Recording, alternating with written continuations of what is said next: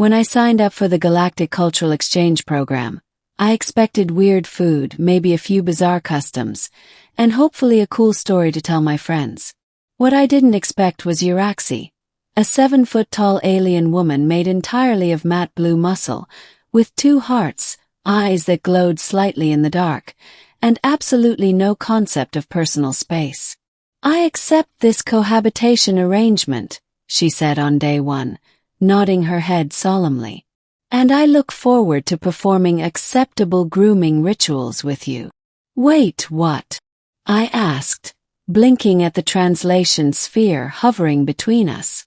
"I have studied Earth customs. It is traditional for roommates to exchange grooming privileges. I have already ordered your dental floss." No thanks on the grooming. Let's just start with, boundaries." Exe furrowed her brow. Or maybe that was just the way her ridged forehead looked when confused. "You humans are complicated. You don't know the half of it," I muttered. She came from a warrior caste on the planet Ithra, where emotions were seen as either tactical advantages or liabilities. Love as a concept didn't really exist in her culture, not the way we understood it. That became obvious on day 5, when she caught me watching a rom-com. She sat beside me silently for the entire 90 minutes, eyes wide, fists clenched as the couple on screen moved from enemies to lovers. After the credits rolled, she turned to me and said, "This kissing, does it hurt?" "What?" "Well, unless someone has braces. And humans do this to show affection." "Yeah. Or to show love." She tapped her chin thoughtfully. "I would like to understand this ritual." I laughed. "What kissing?" "All of it. The emotions. The awkwardness. What did you call it?" "Butterflies." She meant the butterflies in your stomach. The nervousness, the thrill. I should have shut it down right there. Instead, like a fool, I said, "Sure. I'll teach you." Middle. Our first lesson took place on the couch after we agreed to ground rules. No actual kissing unless I gave explicit permission, and she wasn't allowed to Google advanced human mating behaviors without me. Lesson 1 was about eye contact. "You humans share intent through your eyes," she repeated. "So if I do this," she leaned forward, her huge glowing eyes locked onto mine, "does it mean I am into you?" "Maybe don't say it like that," I said, shifting uncomfortably under her intense gaze. "But yeah, eye contact can mean attraction. But it's also about emotional connection. Trust." She frowned. "So I must stare into your soul to make you trust me. That's a little dramatic, but you're not far off." Lesson 2 was flirting. I tried explaining sarcasm. "Bad idea. So when I say something I don't mean, I am being playful?" "Fascinating." She looked at my shirt and said, "That garment is extremely hideous and makes your upper body look weak." "Okay," I winced. Too much sarcasm. I am enjoying this awkwardness immensely. The lessons continued.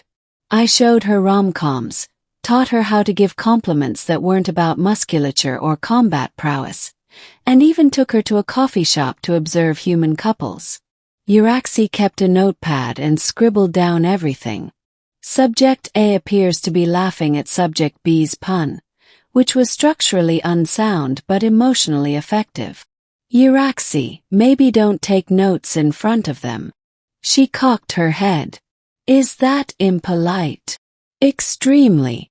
And yet, something strange started to happen.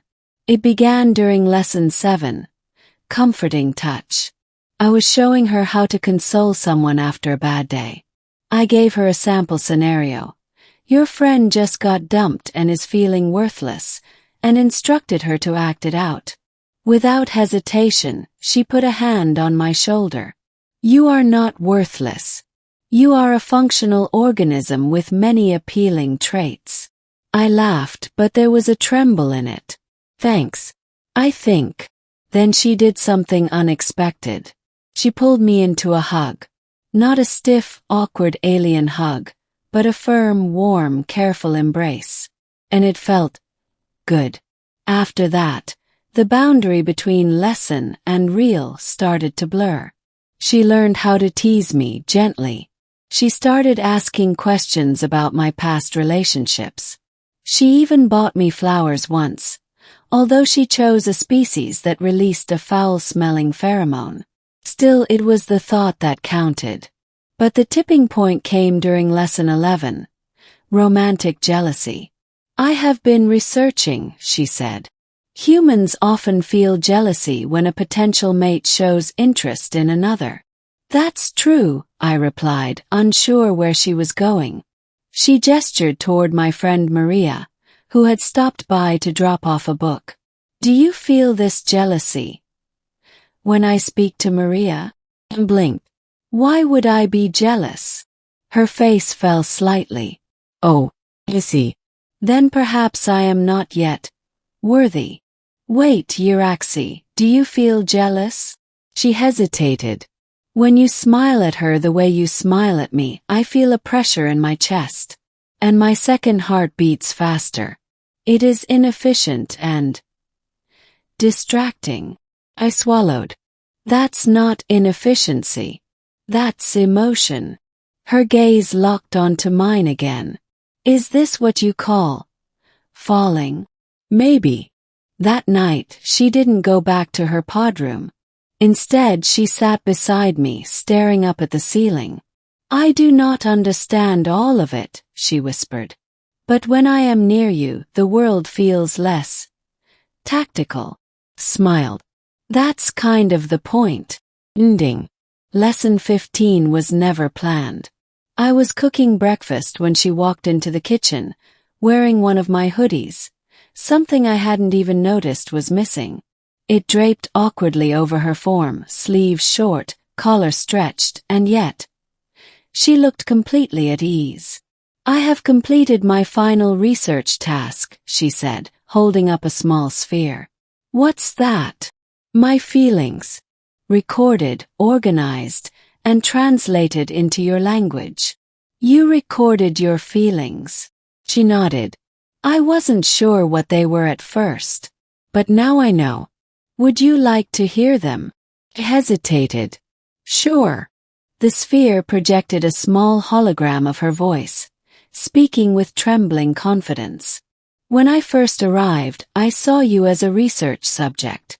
Cultural curiosity. But over time, I began to crave your smiles, your strange humor, your warmth. I found myself recalibrating around your presence. And when you taught me about love, I did not realize I was learning by example. I now understand. You are not a variable. You are my constant. I looked up from the projection. She was watching me carefully. I didn't mean to fall for you, I said. Neither did I, she replied. But now I would like to initiate a kiss. I laughed. You always phrase it like a treaty negotiation. She stepped closer. Then let me rephrase. May I kiss you, not as a lesson, but as someone who loves you? My heart pounded. Yeah, you may. Her lips were warm, surprisingly soft. The kiss was clumsy, awkward, a little too intense, but so completely, entirely us. When we pulled apart, her glowing eyes blinked rapidly. That was inefficient, but good. Very good. From that moment on, the lesson stopped. Not because we were done, but because we had moved on to writing our own. Some days she still messes up human idioms. She once tried to flirt by calling me a well-designed reproductive unit. I corrected her with a laugh, and she immediately started writing down more phrases to try.